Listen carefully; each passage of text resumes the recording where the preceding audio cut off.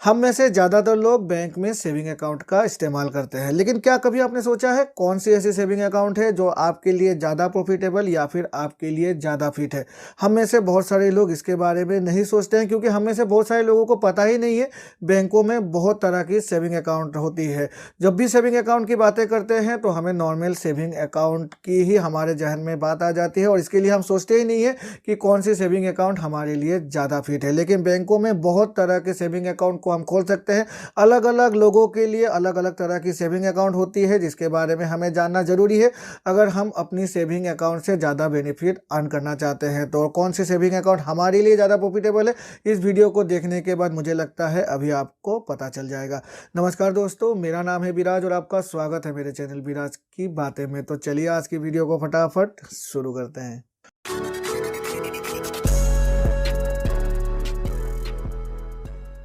सबसे पहला saving account होता है regular saving account. Regular saving account वो सेविंग अकाउंट है जो मेरे पास है, जो आपके पास है, और मुझे लगता है शायद 80% ऑफ इंडिया पॉपुलेशन जो अपनी बैंक में अकाउंट चला रहे हैं वो रेगुलर सेविंग अकाउंट ही होती है। रेगुलर सेविंग अकाउंट को बाय डिफ़ॉल्ट ही खोल दिया जाता है। हम जब भी एक नई अकाउंट को खुलवाते हैं बैंकों में जाकर, तो बैंक के जो कर्मचारी है वो ना हमसे कुछ पूछते हैं और हम भी उन्हें कुछ नहीं कहते, क्योंकि हमें पता ही नहीं है बैंकों में अलग तरह की भी सेविंग अकाउंट होती है। तो इसीलिए by default regular saving account he open करवा दिया जाता है। रेगुलर सेविंग अकाउंट पे एक रेट ऑफ इंटरेस्ट दिया जाता है। अलग अलग बैंकों की अलग अलग होती है। हम पैसों को वहाँ पर रखते हैं, अपने पैसों को, और अपनी जो लेन देन है वो रेगुलर सेविंग अकाउंट के थ्रू ही करते हैं। रेट ऑफ इंटरेस्ट बैंक हमें दे देती है हमारे रखे हुए पैसों पर, और फिर हमें एटीएम की फैसिलिटी, चेकबुक की फैसिलिटी, जो इंटरनेट बैंकिंग की फैसिलिटी है वो भी यहाँ पर मिल जाया करती है। कुछ कुछ बैंकों में रेगुलर सेविंग अकाउंट को चलाने के लिए मिनिमम बैलेंस क्राइटेरिया रखा गया है। प्राइवेट बैंकों में ज़्यादा है, और नेशनलाइज बैंकों में से 1000 से 3000 के बीच है मिनिमम बैलेंस क्राइटेरिया, और इसे हम अगर मेंटेन नहीं करते हैं तो हमें पेनल्टी भी पे कर दिया जाता है। पे करना पड़ता है, पे कर दिया नहीं जाता है, हमें पे करना पड़ता है बैंकों को। तो regular saving account normal saving account ही होती है जो बैंकों में खोला जाता है। दूसरी सेविंग अकाउंट है salary saving account. Salary saving account खासकर उन लोगों के लिए ओपन किया जाता है जिनकी सैलरी डायरेक्टली क्रेडिट कर दिया जाता है उनके सेविंग अकाउंट में। एक ऑर्गेनाइजेशन एक बैंक के साथ टाई अप करती है और उस ऑर्गेनाइजेशन के जितने भी एम्प्लॉय है उनके खातों को खोल दिया जाता है उस बैंक में। अब उस बैंक में जब भी ऑर्गेनाइजेशन अपनी सैलरी को क्रेडिट करती है तो डायरेक्टली क्रेडिट कर देते हैं अपने जितने भी एम्प्लॉयज़ हैं उनके खातों में, और चूंकि सैलरी आ जाती है उनके खातों में तो इसीलिए उन खातों को कहा जाता है सैलरी सेविंग अकाउंट। अब सैलरी सेविंग अकाउंट में कुछ अलग से बेनिफिट दिया जाता है, जैसे कि यहाँ पर मिनिमम बैलेंस की क्राइटेरिया नहीं होती है, और यहाँ पर जो चार्जेस होते हैं, जो अन्य चार्जेस भी होती है, वो कम्प्लीटली वेव कर दिया जाता है। यहाँ पर आपकी एटीएम की लिमिट को भी ज़्यादा बढ़ा दिया जाता है, और यहाँ पर आपको डिमांड ड्राफ्ट या फिर आप अगर आरटीजीएस एनईएफटी करते हैं तो यहाँ पर आपको कुछ भी कमीशन पे नहीं करना पड़ता है। तो यहाँ पर कुछ अलग से बेनिफिट दिया जाता है जो रेगुलर सेविंग अकाउंट पे नहीं दिया जाता है। तो सैलरी सेविंग अकाउंट अगर आप किसी भी ऑर्गेनाइजेशन में नौकरी कर रहे हैं, रेप्यूटेड ऑर्गेनाइजेशन में नौकरी कर रहे हैं, किसी पीएसयू या फिर किसी प्राइवेट जो कंपनीज होती है वहाँ पर नौकरी कर रहे हैं, तो आप अपने अकाउंट को सैलरी सेविंग अकाउंट में कन्वर्ट कर लीजिएगा। यहाँ पर आपको इंटरेस्ट रेट की भी बढ़ोतरी मिल जाएगी, और यहाँ आपको अलग से कुछ बेनिफिट भी मिल जाया करेगी। तीसरी सेविंग अकाउंट है सीनियर सिटीजन सेविंग अकाउंट या फिर pension saving account. Senior citizen saving account खासकर उन लोगों के लिए है जो सीनियर सिटीजन हो गए, मतलब जिनकी उम्र 60 सालों से ऊपर हो गई है, वही जाकर सीनियर सिटीजन सेविंग अकाउंट को खुलवा सकते हैं। अब सीनियर सिटीजन सेविंग अकाउंट के बहुत सारे फायदे हैं। सीनियर सिटीजन सेविंग अकाउंट को खुलवाने के बाद उसके साथ आप अगर उसकी जो भी सीआईएफ है उसके अंडर अगर आप कोई भी फिक्स डिपॉजिट खुलवाते हैं तो डायरेक्टली वहाँ पर आपको सीनियर सिटीजन की इंटरेस्ट रेट मिल जाया करेगी। मतलब आपकी जो भी इंटरेस्ट रेट है वो नॉर्मल जो अकाउंट है उसकी इंटरेस्ट रेट से 0.50% ज़्यादा मिलेगी, और अगर आप पेंशन आपकी आ रही है तो आप डायरेक्टली अपने पेंशन को उस अकाउंट के साथ लिंक कर दीजिए, तो आपके पेंशन भी वहाँ पर आ जाया करेगी।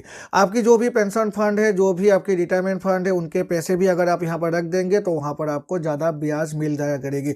तो आपके पास अगर एक नॉर्मल रेगुलर सेविंग अकाउंट है तो, और अगर आप अभी रिटायर हो गए हैं तो अपनी नॉर्मल सेविंग अकाउंट को आप सीनियर सिटीजन सेविंग अकाउंट में कन्वर्ट कर लीजिए, जिससे कि आपको ज़्यादा से ज़्यादा फायदा मिल सके। चौथी सेविंग अकाउंट होती है माइनर सेविंग अकाउंट। तो माइनर सेविंग अकाउंट खासकर उन लोगों के लिए है जिनकी उम्र 18 साल से नीचे है, मतलब जो अभी तक एडल्ट नहीं बने हैं। तो माइनर सेविंग अकाउंट को खुलवाने के यहाँ पर कुछ नियम है। अगर किसी बच्चे की उम्र 10 सालों से नीचे है तो वहाँ पर जो गार्जियन है उनको लिंक करना अनिवार्य होता है। तो और जब तक जो बच्चा है उनकी उम्र 10 सालों तक नहीं हो जाती है तो जो गार्जियन है वही बच्चे के बिहाफ पर उस अकाउंट को रन करेंगे। लेकिन अगर बच्चे की उम्र 10 सालों से ऊपर हो जाती है 10 से 18 के साल के बीच है तो चाहे तो वो गार्जियन के साथ लिंक रह भी सकते हैं, और अगर चाहे तो वो अपने नाम पर भी इसे सिंगल ओपन करवा कर इसे रन कर सकते हैं। लेकिन इसे जब भी 18 साल हो जाएगा माइनर, तो उसके बाद उसे प्रॉपर केवाईसी डॉक्यूमेंट देकर अपने अकाउंट को नॉर्मल सेविंग अकाउंट में कन्वर्ट करवाना पड़ेगा। तो अगर आप के बच्चों की एक सेविंग अकाउंट खुलवानी है तो बैंक में जाकर आप माइनर सेविंग अकाउंट को ही खुलवा सकते हैं, आप नॉर्मल सेविंग अकाउंट नहीं खुलवा सकते। अगर स्टेट बैंक ऑफ इंडिया की बातें करें तो स्टेट बैंक ऑफ इंडिया में 2 अकाउंट ऐसे हैं, पहली उड़ान और पहला कदम, जो आप माइनर के नाम पर खुलवा सकते हैं। 5वां सेविंग अकाउंट, सबसे popular saving account, zero balance account या फिर जनधन अकाउंट।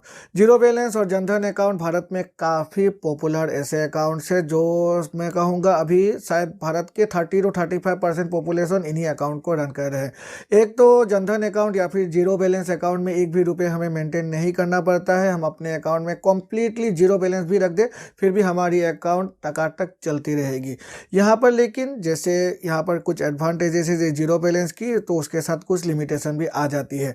तो जीरो बैलेंस अकाउंट में मैक्सिमम पैसे रखने की एक कैप रखी गई है और मैक्सिमम पैसे निकालने की भी कैप रखी गई है, और बहुत सारे ऐसे रेस्ट्रिक्शन है जो जीरो बैलेंस अकाउंट के साथ रह जाती है। यहाँ पर हमें एटीएम कार्ड मिल जाती है, ऑनलाइन बैंकिंग की सुविधाएं नहीं मिलती है, कि चेक बुक भी यहाँ पर नहीं मिलती है, तो बहुत सारी ऐसी परेशानी है। तो नॉर्मली आप अगर एक ऐसे व्यक्ति है जो मतलब अफोर्ड कर सकते हैं तो जीरो बैलेंस अकाउंट से दूर रहिए, नहीं तो आपको बैंकिंग करने में काफ़ी परेशानियों का सामना करना पड़ सकता है। आप रेगुलर सेविंग अकाउंट खुलवा लीजिए, ये अच्छी है, लेकिन जीरो बैलेंस अकाउंट खासकर उन लोगों के लिए है जिनकी आर्थिक अवस्था इतनी अच्छी नहीं होती है, तो वही लोग जाकर जीरो बैलेंस अकाउंट खोलिए जिनकी आर्थिक अवस्था अभी इतनी अच्छी नहीं हुई है। छठी सेविंग अकाउंट है महिला सेविंग अकाउंट, यानी कि वोमेन सेविंग अकाउंट। अब नाम से ही हमें पता चल रहा है ये एक ऐसा सेविंग अकाउंट है जो सिर्फ और सिर्फ महिलाएं ही ओपन करवा सकती है। अब महिला सेविंग अकाउंट को खुलवाने के क्या क्या फ़ायदे हैं? महिला सेविंग अकाउंट को खुलवाने के जो मेन फ़ायदा है वो ये है कि यहाँ पर जो महिलाओं को लोन दिया जाता है वहाँ पर जो ब्याज दर है वहाँ पर कटौती की हुई होती है। नॉर्मल सिटीजन को अगर एक लोन में से पकड़ लीजिए 8% इंटरेस्ट रेट पे करना पड़ता है, तो महिला सेविंग अकाउंट के तहत अगर कोई लोन लेती है महिला तो वहाँ पर उनको रेट ऑफ इंटरेस्ट 8% नहीं उससे कम पे करना पड़ेगा। तो ये काफ़ी बड़ा एक फ़ायदा है। यहाँ पर अगर एक महिला डीमैट अकाउंट खुलवाना चाहते हैं तो उनको 1 भी रुपये चार्ज पे नहीं करना पड़ेगा, और अगर यहाँ पर वो दूसरी जो भी फैसिलिटीज़ है वो सभी फैसिलिटीज़ को अवेल करना चाहते हैं तो सभी फैसिलिटी अवेल कर सकते हैं। चेक बुक, एटीएम या फिर अगर ऑनलाइन बैंकिंग है तो सभी फैसिलिटी यहाँ पर दिया हुआ रहता है, लेकिन जस्ट यहाँ पर जो ब्याज दर है वो काफ़ी कम होती है, तो इसीलिए महिलाएं इस अकाउंट को खुलवाने के बारे में सोच सकते हैं। और जो लास्ट सेविंग अकाउंट होती है उसे कहा जाता है मल्टी ऑप्शन डिपॉजिट अकाउंट। ये multi option deposit account mainly saving account नहीं होती, ये सेविंग अकाउंट के साथ लिंक हो जाती है, चाहे वो सैलरी सेविंग अकाउंट हो या फिर रेगुलर सेविंग अकाउंट हो, सीनियर सिटीजन हो, माइनर हो या फिर वोमेन सेविंग अकाउंट हो, इन सभी के साथ ये जो एमओडी अकाउंट है ये लिंक हो जाती है, और उसके बाद जो रेट ऑफ इंटरेस्ट है वो काफ़ी बढ़ जाती है। यहाँ पर नॉर्मल फिक्स जो सेविंग अकाउंट होती है 2.75% यहाँ पर इंटरेस्ट दिया जाता है, किसी किसी बैंक में 3% है, लेकिन ये 2.5 से 3% के बीच में ही होती है।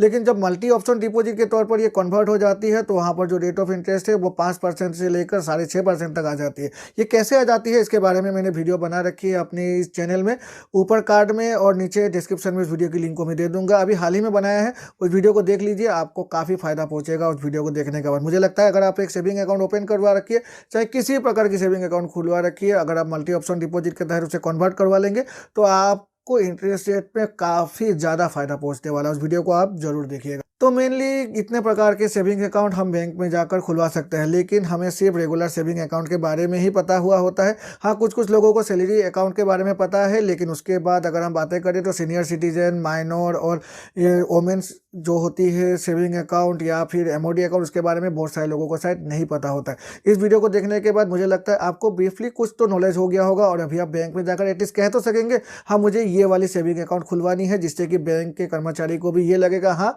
इस बंदे को कुछ पता है सेविंग अकाउंट के बारे में। तो आप अपने हिसाब से, अपने फायदे के हिसाब से अपनी सेविंग अकाउंट को ओपन करवाइएगा। आशा है इस वीडियो को देखकर आपको कुछ नया इन्फॉर्मेशन मिला होगा, और अगर मिला है तो मेरे चैनल को लाइक और सब्सक्राइब करें, सब्सक्राइब करके बेल आइकन को प्रेस करें, जिससे कि मेरे ऐसे नए वीडियोस की नोटिफिकेशन तुरंत आपके पास मिल जाया करेगी। तो चलिए मिलते हैं अपने अगले वीडियो में, तब तक के लिए goodbye and take care.